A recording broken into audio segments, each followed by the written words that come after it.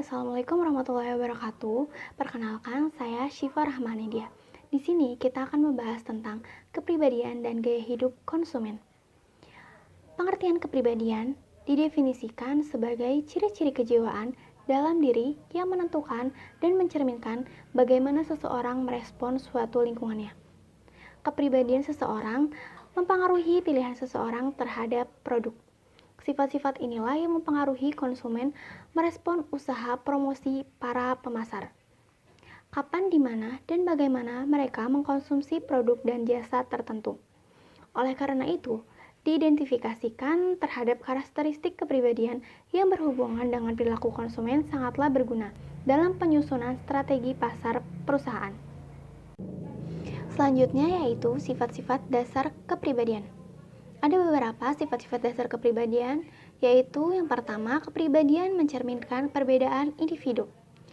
Ini dikarenakan karakteristik kepribadian dalam diri yang membentuk kepribadian individu merupakan kombinasi untuk berbagai faktor. Maka tidak ada dua individu yang betul-betul sama, bahkan kembar identik pun pasti punya perbedaan. Yang kedua, kepribadian bersifat konsisten dan bertahan lama. Kepribadian umumnya sudah terlihat sejak manusia berumur anak-anak. Hal ini cenderung akan bertahan secara konsisten, membentuk kepribadian kita ketika kita dewasa.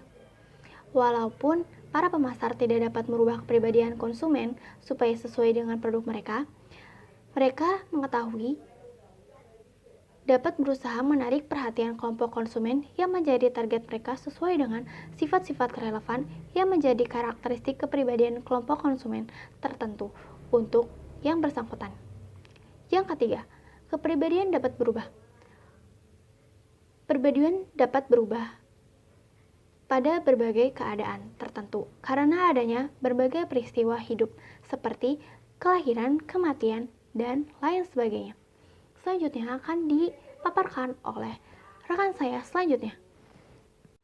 Assalamualaikum warahmatullahi wabarakatuh. Saya Teti Anggrayani akan menjelaskan tentang teori kepribadian, di mana teori kepribadian ini terdiri dari teori Freud. Teori Freud ini dibangun atas dasar pemikiran bahwa kebutuhan atau dorongan yang tidak disadari, terutama dorongan seksual dan dorongan biologis lainnya, merupakan inti dari motivasi dan kepribadian manusia. Didasarkan kepada analisisnya, Freud mengemukakan bahwa kepribadian manusia terdiri dari 3 sistem yang saling mempengaruhi, yaitu ID, superego, dan ego. ID dirumuskan sebagai gudang dari berbagai dorongan primitif dan impulsif berupa kebutuhan fisiologis dasar seperti rasa haus, lapar, dan seks yang diusahakan individu untuk segera dipenuhi. Terlepas dari bagaimana cara yang digunakan untuk memenuhi kebutuhan itu, sedangkan superego dirumuskan sebagai pernyataan dari diri individu mengenai moral dan kode etik yang berlaku dalam masyarakat. Pesan superego adalah menjaga agar individu tersebut memuaskan kebutuhan dengan cara yang dapat diterima masyarakat. Terakhir yaitu ego, merupakan pengendalian individu secara sadar, fungsinya sebagai pemantau dalam diri manusia yang berusaha menyeimbangkan tuntutan ID yang impulsif dengan kendala sosial budaya atas superego.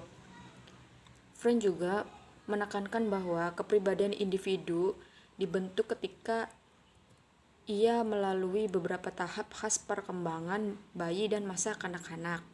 Tahap-tahap ini terdiri dari tahap oral, anal, falik, laten, dan genital.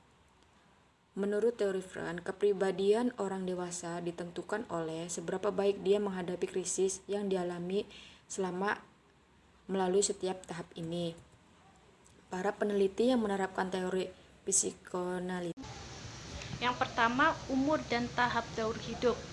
Orang mengubah barang dan jasa yang mereka beli semasa hidupnya. Selera akan makan, pakaian, perabot, dan rekreasi seringkali berhubungan dengan umur. Yang kedua, pekerjaan. Pekerjaan seseorang memengaruhi barang dan jasa yang dibelinya. Pekerja kasar cenderung membelikan lebih banyak pakaian untuk pekerja, sedangkan pekerjaan kotor membeli lebih banyak jas dan dasi. Yang ketiga, situasi ekonomi. Situasi ekonomi seseorang akan memengaruhi pilihan produk. Yang keempat, kepribadian. Setiap individu memiliki karakteristik sendiri yang unik.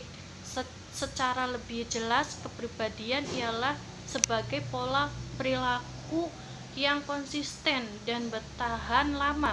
Oleh karena itu, variabel kepribadian bersifat lebih dalam dari dalam gaya hidup. Sekian presentasi dari kami, kurang lebihnya kami mohon maaf. Wabillahi taufik wal hidayah. Wassalamualaikum.